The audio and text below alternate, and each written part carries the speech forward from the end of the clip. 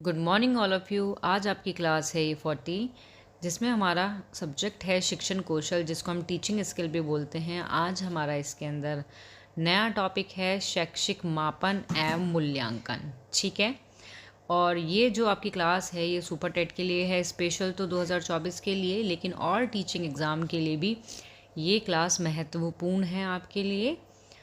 और ये जो टॉपिक है इससे रिलेटेड आपके क्वेश्चन आते हैं, और इस क्लास में आपका इस इम्पोर्टेंट पॉइंट्स हैं जो आपके एग्ज़ाम से रिलेटेड हैं, और एग्ज़ाम में इनमें से क्वेश्चंस आते ही आते हैं। ठीक है, कम समय में बेहतर तैयारी के लिए आप इन वाले नोट्स को पढ़ो और अपना एग्ज़ाम क्लियर करो। ठीक, देन स्टार्ट करते हैं हम अब।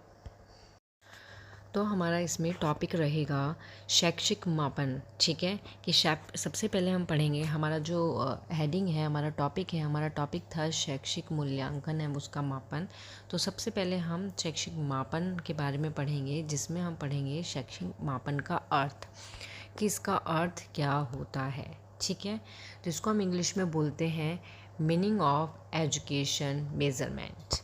ठीक, अब शैक्षिक जो मापन होता है, जो आपका एजुकेशन मेज़रमेंट होता है, इसका मीनिंग क्या होता है। सबसे पहले तो हमें इसका मीनिंग पता होना चाहिए। ओके, मीनिंग पता होना चाहिए। तो हम पढ़ेंगे, हमारा आता है इसमें शैक्षिक मापन वह प्रक्रिया है जिसके द्वारा शिक्षा प्रक्रिया के विभिन्न अंगों की उपयोगिता, शिक्षा से जुड़े विभिन्न व्यक्तियों को क्रिया को उपयोगी और छात्रों की बुद्धि, रुचि, अभिवृत्ति, अभिक्षमता, अभिव्यक्ति एवं शैक्षिक उपलब्धि आदि को निश्चित मानकों के आधार पर देखा या परखा जाता है।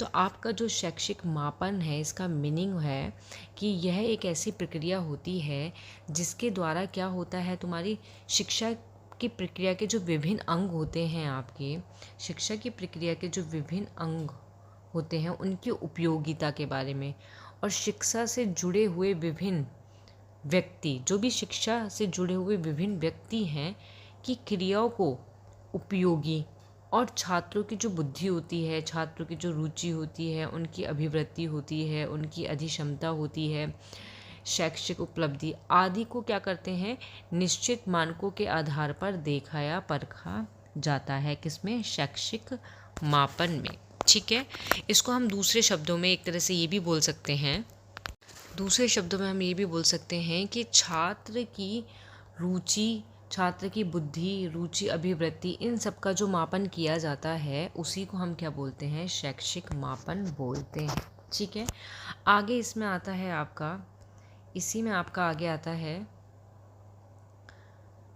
आगे इसमें आता है उन्हें निश्चित मानक शब्दों, चिन्हों, इकाई अंकों में प्रकट किया जाता है, कि जो छात्र के क्या होते हैं, रुचि होती है, अभिवृत्ति होती है, अभिदक्षता होती है, इन सबको क्या किया जाता है, इनको अंकों में प्रकट किया जाता है। ठीक है, आगे आता है इसमें कि शैक्षिक मापन अब एक विस्तृत व्यापक संप्रत्यय है, कि जो शैक्षिक मापन है वो एक क्या है, वो एक विस्तृत, बहुत बड़ा या फिर व्यापक एक क्या है, संप्रत्यय है। ठीक है, और इसमें मानसिक मापन भी कहा जाता है। ये इम्पोर्टेंट है, इसको नोट कर लेना आप, कि इसको क्या किया जाता है, मानसिक मापन भी कहा जाता है। जो आपका शैक्षिक मापन होता है उसको हम मानसिक मापन भी कहते हैं। क्यों कहते हैं? क्योंकि इसके अंतर्गत मानसिक प्रक्रिया के विभिन्न प्रत्यय जैसे बुद्धि, रुचि, अभिवृत्ति आदि शामिल होते हैं। हम इसको शैक्षिक जो मापन होता है हमारा, मेज़रमेंट एजुकेशन जो होता है हमारा, इसको हम मानसिक मापन भी इसलिए कहा जाता है इसको, क्योंकि जो छात्र होते हैं उनकी बुद्धि, रुचि, अभिवृत्ति, ये सभी प्रत्यय क्या होते हैं, इसके अंदर शामिल होते हैं, इनको मापा जाता है। ठीक, तो ये क्या होता है, आपका शैक्षिक मापन होता है। ये आपका शैक्षिक मापन का क्या है, अर्थ है। ओके, नेक्स्ट हेडिंग इसी में आती है आपकी शैक्षिक मापन की परिभाषाएं, कि बहुत सारे राइटर हैं जिन्होंने इसकी क्या है, परिभाषा दी है। ठीक, तो हम परिभाषा के बारे में पढ़ेंगे। तो नेक्स्ट हेडिंग इसमें हमारी आती है शैक्षिक मापन की परिभाषा, definition of education measurement. Okay, तो इसमें आपका आता है विभिन्न शिक्षाविदों या मनोवैज्ञानिक ने मापन को अग्र प्रकार से परिभाषित किया है, कि जो शैक्षिक मापन है उसको मनोवैज्ञानिक ने क्या करा है, अग्र प्रकार से क्या करा है, परिभाषित किया है। तो इसमें देखते हैं किस किस की डेफिनेशन आती है आपकी, कौन कौन से मनोवैज्ञानिक हैं जिन्होंने शैक्षिक मापन की क्या दी है, परिभाषा दी है। तो इसमें फर्स्ट आती है आपकी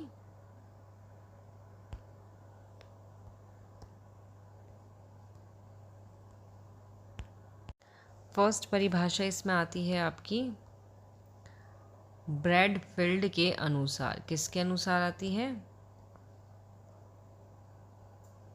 ब्रैडफील्ड के अनुसार। तो ये क्या बोलते हैं शैक्षिक मापन के लिए, इनका कहना है कि मापन किसी मापी जाने वाली वस्तु के गुणों को, अंगों को के रूप में प्रकट करने की वह प्रक्रिया है जो उस व्यक्ति की स्थिति को जहाँ तक संभव हो सके ठीक ठाक अंकित कर सके। तो इन्होंने कहा है कि जो शैक्षिक मापन है वो क्या है, वो शैक्षिक मापन जो है वो क्या है, मापन किसी मापी जाने वाली वस्तु या गुण के अंगों, जो हमारे गुण हैं उनके अंगों के रूप में प्रकट करने की एक प्रक्रिया होती है, जो वस्तु की स्थिति को, जो आपकी वस्तु की स्थिति को जहाँ तक संभव हो सके, कि कोई वस्तु है उसकी स्थिति को जहाँ तक भी संभव हो सके वहाँ तक ठीक ठाक क्या करती है, अंकित कर सके। ये बोलते हैं आपके ब्रैडफील्ड। तो ब्रैडफील्ड के अनुसार ये आपकी डेफिनेशन है किसकी, शैक्षिक मापन की। ओके, आगे आपकी आती है इसमें सेकंड मनोवैज्ञानिक हैं जिनके थ्रू है या एक दूसरी वाली डेफिनेशन इसकी शैक्षिक मापन की, ये है हेल्प स्टेट के अनुसार। तो हेल्प स्टेट क्या बोलते हैं, मापन को एक प्रक्रिया के रूप में परिभाषित किया जाता है, कि मापन जो है उसको किसके रूप में परिभाषित किया जाता है, एक प्रक्रिया के रूप में, जिसमें किसी स्थायी या पदार्थ में निहित विशेषताओं को आंकिक वर्णन होता है। तो इसमें क्या हेल्प स्टेट ने कहा है, हेल्प स्टेट बोलते हैं कि किसी भी स्थायी या फिर पदार्थ के अंदर, निहित का मतलब होता है उसके अंदर जो निहित विशेषताएं होती हैं उसको आंकिक वर्णन होता है। कोई भी स्थायी पदार्थ है, कोई भी चीज़, किसी भी स्थायी या फिर पदार्थ में जो निहित विशेषताएं होती हैं उनको क्या किया जाता है, उनका आंकिक वर्णन होता है। ये कौन बोलते हैं, हेल्प स्टेट। ठीक, नेक्स्ट आपका आता है इसमें, नेक्स्ट है आपका इसमें एस स्टीवेंस के अनुसार। ओके, तो एस स्टीवेंस के अनुसार इनका मानना है, ये बोलते हैं कि मापन किन्हीं निश्चित स्वीकृत नियमों के अनुसार वस्तु को अंक प्रदान करने की प्रक्रिया है। इन्होंने कहा है कि कोई भी निश्चित स्वीकृत नियम के अनुसार जो मापन है, शैक्षिक मापन है, वो क्या है कि वस्तुओं को अंक प्रदान करने की एक क्या है, प्रक्रिया है। वस्तु को अगर अंक प्रदान करा जा रहा है, ये जो प्रोसेस होता है ये मापन कहलाता है, किसके अनुसार, एस स्टीवेंस के अनुसार। ठीक, तो ये है इसकी परिभाषाएं, किसकी, शैक्षिक मापन की परिभाषा। आगे शैक्षिक मापन में हमारी नेक्स्ट हेडिंग आती है शैक्षिक मापन की प्रमुख विशेषताएं। तो हमारी हेडिंग है शैक्षिक मापन की प्रमुख विशेषताएं, जिसको हम बोलते हैं कैरेक्टरिस्टिक ऑफ एजुकेशनल मेजरमेंट। ठीक है, तो शैक्षिक मापन जो है इसकी प्रमुख विशेषताएं हैं, हम इनकी विशेषता के बारे में पढ़ेंगे। तो इसमें पढ़ते हैं हम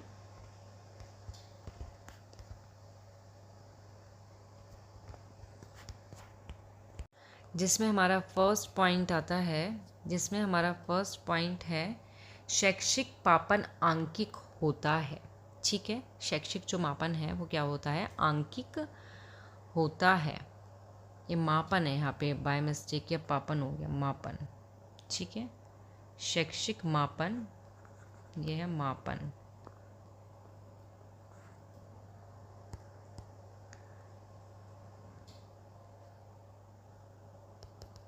शैक्षिक ये क्या है, मापन है आपका, मैं आएगा मापन। शैक्षिक मापन क्या होता है, आंकिक होता है, ये इसकी एक विशेषता है जिसमें हम पढ़ेंगे शैक्षिक मापन का संबंध अंकों से होता है, कि जो शैक्षिक मापन होता है उसका जो संबंध होता है, उसका जो रिलेशन होता है किससे होता है, अंकों से होता है, अथवा इसको मापन कहा ही नहीं जा सकता। शैक्षिक मापन के उपयोग से ही अंकों, मानकों, औसत आदि की प्राप्ति होती है। तो इनका इसमें क्या होता है, इनकी एक विशेषता है कि शैक्षिक मापन का संबंध जो है किससे होता है, अंकों से होता है, ठीक है, अथवा इसको मापन कहा ही नहीं कहा जा सकता। ओके, शैक्षिक मापन के उपयोग से ही इसको क्या है, जो शैक्षिक मापन आंकिक होने का तात्पर्य इसमें यहाँ यही है कि इसको मापन नहीं कहा जा सकता, क्योंकि इसका जो संबंध होता है किससे होता है, अंकों से होता है। इसीलिए शैक्षिक मापन के उपयोग से ही अंकों, मानक, औसत आयु आदि की प्राप्ति होती है। ठीक है, नेक्स्ट पॉइंट आता है इसमें सेकेंड हमारा, मापन की इकाइयों में अभिव्यक्ति। तो इसमें हमारा है, शिक्षा के क्षेत्र में तुलनात्मक अध्ययन के लिए, जो शिक्षा का क्षेत्र होता है उसमें किसके अध्ययन के लिए, तुलनात्मक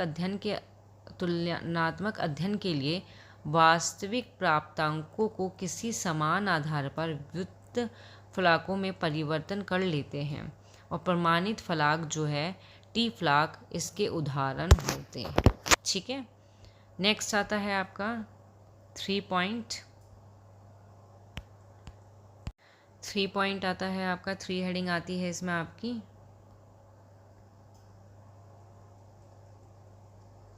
शैक्षिक मापन अप्रत्यक्ष रूप से होता है। मतलब शैक्षिक मापन में निरपेक्ष रूप से मापन नहीं किया जा सकता। तो ये जो मापन होता है वो कौन से रूप से होता है, अप्रत्यक्ष रूप से होता है। उदाहरण, जितनी ही अप्रत्यक्ष गुण विशेषताएं होती हैं उन्हें प्रत्यक्ष रूप से मापा जा सकता है।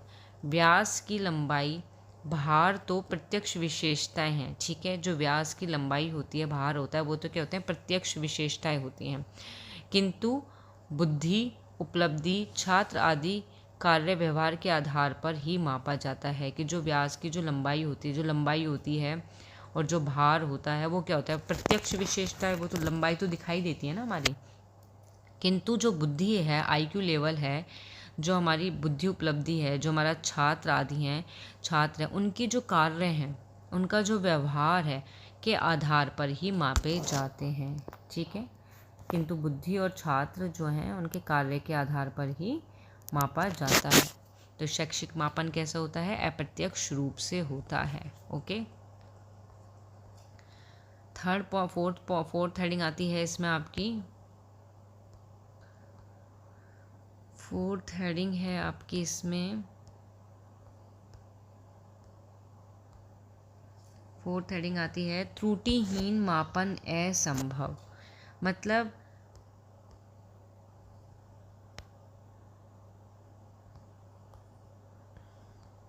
कि जहाँ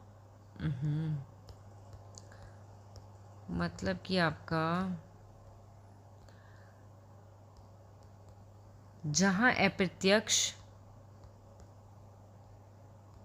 अप्रत्यक्ष मापन द्वारा मूल्यांकन किया जाता है, यहाँ पर त्रुटिहीनता आ पाना असंभव है। जहाँ पर क्या होता है, जहाँ पर अप्रत्यक्ष मापन द्वारा मूल्यांकन किया जाता है, मतलब कि जहाँ पर हम अप्रत्यक्ष मापन के द्वारा मूल्यांकन करेंगे वहाँ पर त्रुटिहीनता आ पाना असंभव है। ठीक है, यह त्रुटियों का मापन गुणों के अध्ययन में, मानव के गुणों के अध्ययन में आना स्वाभाविक प्रक्रिया है, कि जो त्रुटि का मानव के गुणों के अध्ययन में आना जो है एक स्वाभाविक प्रक्रिया होती है। जो त्रुटि का आना क्या होता है, एक स्वाभाविक प्रक्रिया होती है।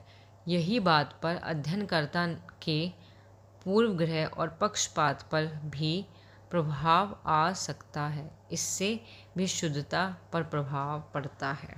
ठीक है। तो इसमें मेन यही है, अगर शब्द दो मतलब शब्दों में या छोटे शब्दों में इसको कहो कि त्रुटिहीन मापन असंभव है, कि जो शैक्षिक मापन होता है इसमें क्या होता है, त्रुटिहीन जो मापन होता है वो असंभव होता है। ठीक है। 5 आपका आता है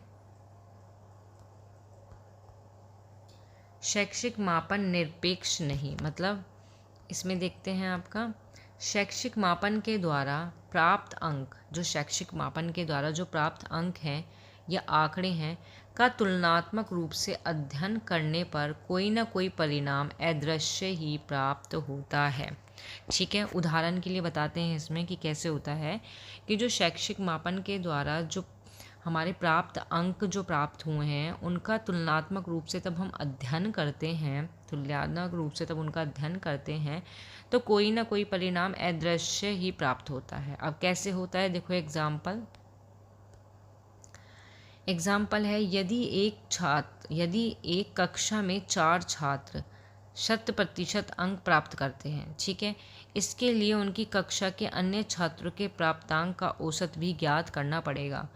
फिर दोनों की तुलना करके कोई जानकारी प्राप्त की जाएगी। मतलब कि कोई कक्षा है, उस कक्षा में क्या है, 4 छात्र हैं, चारों ने ही 100% मार्क्स प्राप्त करे हैं।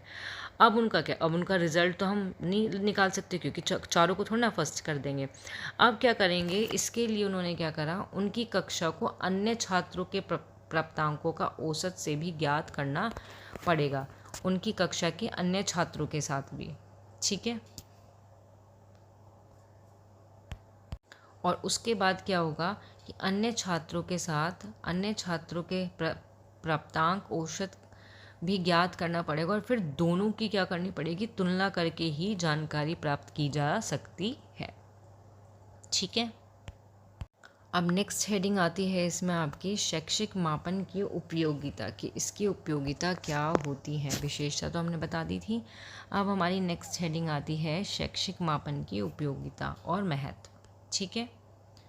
तो इसमें हमारे क्या है, शिक्षा के क्षेत्र में मापन की उपयोगिता निम्नलिखित बिंदु से समझी जा सकती है। फर्स्ट पॉइंट आता है इसमें हमारा,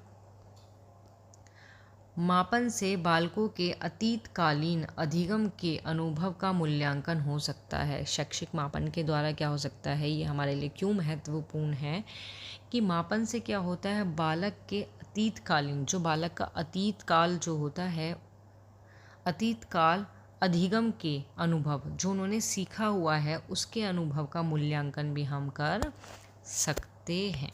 ठीक है।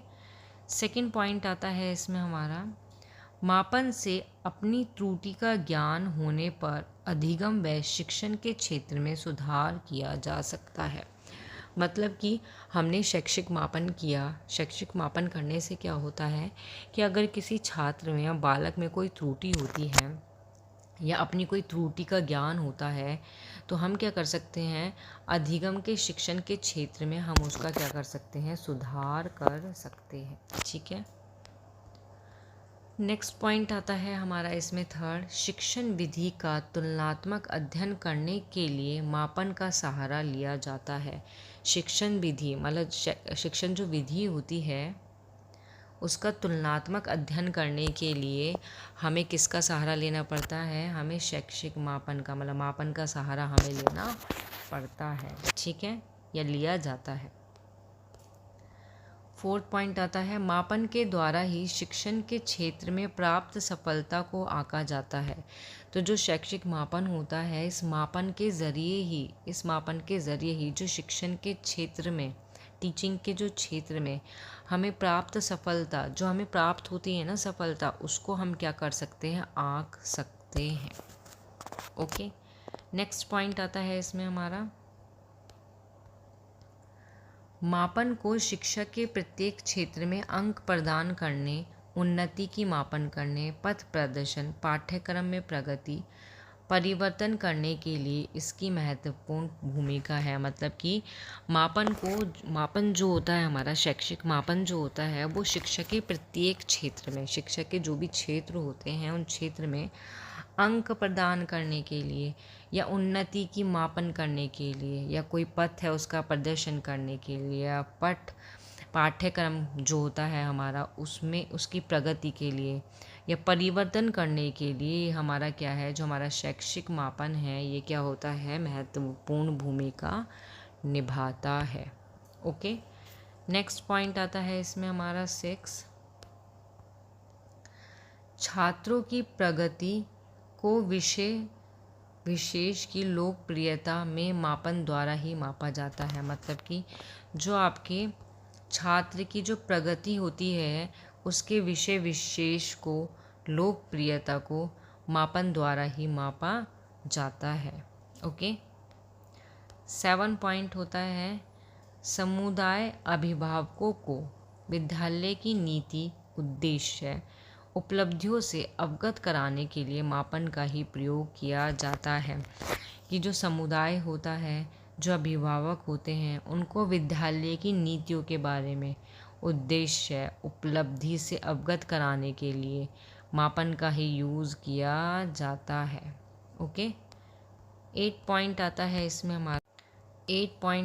इसमें हमारा मात्र छात्रों का ही नहीं अपितु शिक्षक के मूल्यांकन के लिए मापन की महत्वपूर्ण भूमिका है। कि ऐसा नहीं है कि जो शैक्षिक मापन है उससे सिर्फ छात्र का ही मूल्यांकन किया जाता है, छात्र के साथ साथ शिक्षक के मूल्यांकन के लिए भी मापन जो है महत्वपूर्ण भूमिका निभाता है। ओके, 9 पॉइंट आता है हमारा, शोध कार्य में विभिन्न क्षेत्रों के तुलनात्मक अध्ययन के लिए मापन की महत्वपूर्ण भूमिका होती है। कि जो हमारे शोध कार्य होते हैं, शोध कार्य के जो विभिन्न क्षेत्र होते हैं उनके तुलनात्मक अध्ययन के लिए भी मापन महत्वपूर्ण भूमिका निभाता है। ठीक है, और इसकी लास्ट विशेषता है आपकी 10 नंबर की विशेषता है, दो विद्यालय, दो समूह या दो छात्रों की उपलब्धि, बुद्धि स्तर, रुचि, अभिव्यक्ति मापन से ही निष्कर्ष प्राप्त किया जा सकता है। मतलब कि दो विद्यालय हैं अगर, तो उनकी अभिवृत्ति का हम या उनकी उपलब्धि का हम क्या है, मापन के द्वारा ही निष्कर्ष निकाल सकते हैं। कि दो विद्यालय हों, आपके दो विद्यालय हों या दो समूह हों या दो छात्र हों, उनकी जो उपलब्धि है कि दो छात्र हैं कि इन दोनों में से कौन ज़्यादा बेटर है, दो समूह हैं इन दो समूह में कौन ज़्यादा बेटर है, दो स्कूल हैं इन दोनों स्कूल में ज़्यादा बेटर कौन है, तो बुद्धि स्तर, रुचि, अभिवृत्ति के मापन से ही निष्कर्ष प्राप्त कर सकते हैं। तो ये क्या थे, इसकी विशेषताएं थी 10। आगे इसमें हमारी नेक्स्ट हेडिंग आती है, नेक्स्ट हेडिंग है हमारी मापन की, नेक्स्ट और लास्ट हेडिंग है ये हमारी मापन की, कि शैक्षिक मापन के कार्य। ठीक है, तो टास्क फॉर एजुकेशन मेजरमेंट, कि शैक्षिक मापन के कार्य कौन कौन से हैं। तो इसके जो कार्य होते हैं वो प्रमुख कार्य होते हैं। ओके, जिसमें हमारा फर्स्ट आता है, जिसमें हमारा फर्स्ट पॉइंट है, फर्स्ट हेडिंग आती है हमारी, इसमें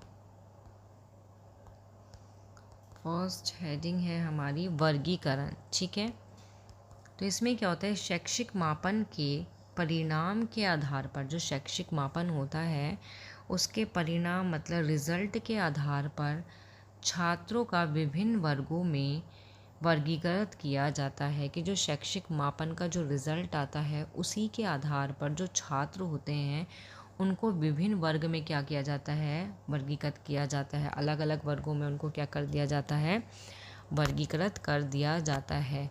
छात्रों को श्रेणी देना, रैंक देना, विज्ञान या कला आदि देना इसी के द्वारा होता है। मतलब कि कोई छात्र है वो शैक्षिक मापन के ज़रिए ही हम उसको डिसाइड करते हैं कि उसको कला देनी है या विज्ञान देना है, या उसको रैंक कितनी देनी है, या उसको कौन सी श्रेणी में रखना है। तो ये सब किसके अंतर्गत आता है, आपका वर्गीकृत के करण के अंतर्गत आता है।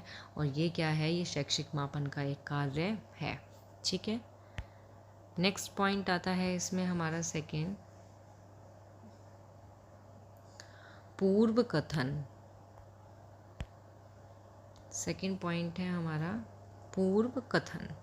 तो इसमें क्या है, हमारा शैक्षिक मापन द्वारा बुद्धिलब्धि, रुचि, अभिवृत्ति आदि का मापन कर छात्र के भावी कार्यक्रम हेतु भविष्यवाणी पूर्व कथन किया जा सकता है। मतलब कि जो शैक्षिक मापन है इसके द्वारा ही हम क्या कर सकते हैं, बुद्धि लब्धि, IQ लेवल, रुचि, इंटरेस्ट, अभिवृत्ति, इन सब का क्या कर सकते हैं, मापन करके, इन सब का मापन करके जो छात्र के भावी कार्यक्रम होते हैं उसके हेतु इनकी भविष्यवाणी या पूर्व कथन हम क्या है कर सकते हैं। ओके, नेक्स्ट हेडिंग आती है हमारी तुलना। नेक्स्ट हेडिंग है हमारी तुलना। इसके अंतर्गत आता है हमारा मापन द्वारा प्राप्त परिणाम के द्वारा विभिन्न छात्रों के मध्य उनमें आपस में तुलना की जा सकती है शैक्षिक मापन के ज़रिए ही। कि हमने मान लो 2 बच्चे हैं, हमने उनका शैक्षिक मापन किया तो उनका रिज़ल्ट निकला, उस परिणाम के थ्रू ही हम क्या कर सकते हैं, छात्र के बीच में उनमें आपस में तुलना की जा सकती है कि हाँ ये इस चीज़ में इंटरेस्ट रखता है, ये इस चीज़ में रखता है, इसकी बुद्धि लब्धि ऐसी है, इसकी बुद्धि लब्धि ऐसी है, इसको इस चीज़ में इंटरेस्ट है, इसकी अभिवृत्ति ऐसी है, इसकी ऐसी है। तो हम क्या कर सकते हैं, छात्रों के मध्य तुलना कर सकते हैं।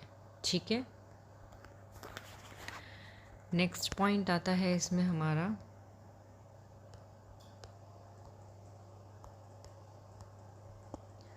परामर्श एवं निर्देशन। मतलब कि मापन के द्वारा प्राप्त परिणाम के आधार पर छात्रों का शैक्षिक व्यावसायिक क्षेत्रों में मार्गदर्शन करना शैक्षिक मापन का एक प्रमुख कार्य है।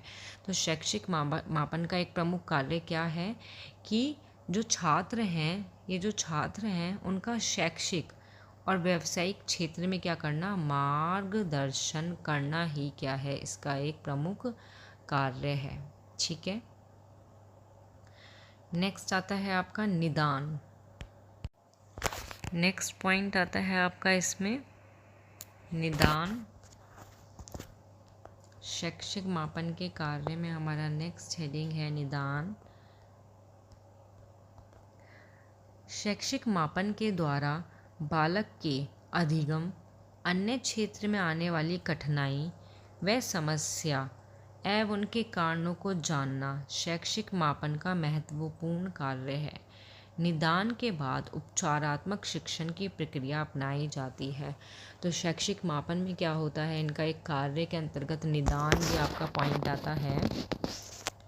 इसके अंतर्गत आपका क्या होता है कि जो शैक्षिक मापन के द्वारा क्या होता है कि बालक के अधिगम के, अन्य क्षेत्र में आने वाली जो भी कठिनाई होती हैं, ठीक है, बालक तब कोई चीज़ सीख रहा है, अधिगम मतलब सीख रहा है कोई चीज़, या अन्य क्षेत्र में उसको क्या आती हैं, कठिनाइयाँ आती हैं, या फिर उसको बहुत सारी समस्याएं आती हैं, उनके कारणों को क्या करा जाता है, जाना जाता है कि बच्चे को कोई प्रॉब्लम आ रही है सीखने में, क्यों आ रही है, किस लिए आ रही है, क्या रीज़न हो सकता है इसका, वो क्यों इंटरेस्ट नहीं ले रहा, क्यों नहीं पढ़ पा रहा। तो इन कारणों को क्या किया जाता है, पहले इनको जाना जाता है। फिर शैक्षिक मापन का महत्वपूर्ण कार्य है, फिर शैक्षिक मापन के थ्रू क्या किया जाता है, निदान के बाद पहले तो हमने पता लगा लिया कि भाई क्या कारण है, उसके बाद क्या किया जाता है, उपचारात्मक शिक्षण की प्रक्रिया अपनाई जाती है कि अब इसका उपचार कैसे किया जाए। कि बच्चे को कोई समस्या आ रही है, प्रॉब्लम आ रही है, वो तो हमने जान ली कि कारण, अब उसका उपचार भी तो करना है, उसका सॉल्यूशन भी तो हमें निकालना है।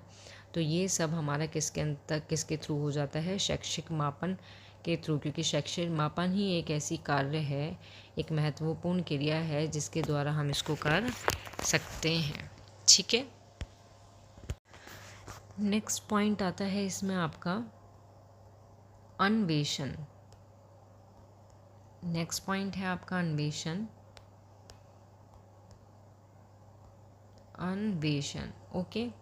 तो इसमें आपका क्या होता है, शिक्षा व मनोवैज्ञानिक के क्षेत्र में अनेक प्रकार के शोध अनुसंधान कार्य में मापन उपकरणों की आवश्यकता पड़ती है। कि जो शिक्षा के और जो मनोवैज्ञानिक के जो क्षेत्र होते हैं उसमें अनेक प्रकार के क्या होते हैं, शोध भी होते हैं, अनुसंधान कार्य भी होते हैं। उन सभी को मापन उपकरणों की आवश्यकता पड़ती है। अनुसंधान कार्यों में क्या होता है, मापन उपकरण की आवश्यकता पड़ती है। तो ये क्या है आपके मापन के क्या हैं, आपके कार्य हैं। ये क्या थे आपके मापन के सभी क्या थे आपके कार्य। मापन के क्या है, सारे के सारे कार्य 6 पॉइंट है जिनको हमने डिस्कस किया है। तो आज हमने पढ़ा है मापन क्या होता है, उसका अर्थ, उसकी परिभाषाएं, विशेषताएं, कार्य, उसके महत्व या उपयोगिताएं उसकी। ठीक है, तो क्लियर हुआ आपको शैक्षिक मापन क्या होता है। ठीक है, और इसको हम ये भी बोल सकते हैं कि शिक्षा की जो प्रक्रिया है उसके साथ जो भी लोग या चीज़ जुड़ी होती है, उनकी गुणों की या उनकी विशेषताओं का उनका वर्णन ही किस में किया जाता है, शैक्षिक मापन में किया जाता है। तो आपका यहाँ जो मापन है, शैक्षिक मापन है, यह आपका समाप्त हुआ। नेक्स्ट वीडियो में हम पढ़ेंगे मूल्यांकन के बारे में कि मूल्यांकन क्या होता है, उसकी परिभाषाएं, विशेषताएं, उसके टाइप्स वगैरह, शिक्षा में क्यों उपयोगी होता है। ये टॉपिक आपका इम्पोर्टेंट है ऑल टीचिंग एग्ज़ाम के लिए, स्पेशल सुपर टेट के लिए। ये आपका एक सब्जेक्ट के अंदर टॉपिक है। ठीक है, आपका टीचिंग स्किल के अंदर ये वाला टॉपिक आता है। तो नेक्स्ट वीडियो में मिलेंगे हम मूल्यांकन टॉपिक के साथ। जिसको भी वीडियो पसंद आई हो वो इसको लाइक, शेयर, सब्सक्राइब करना ना भूलें। Thank you.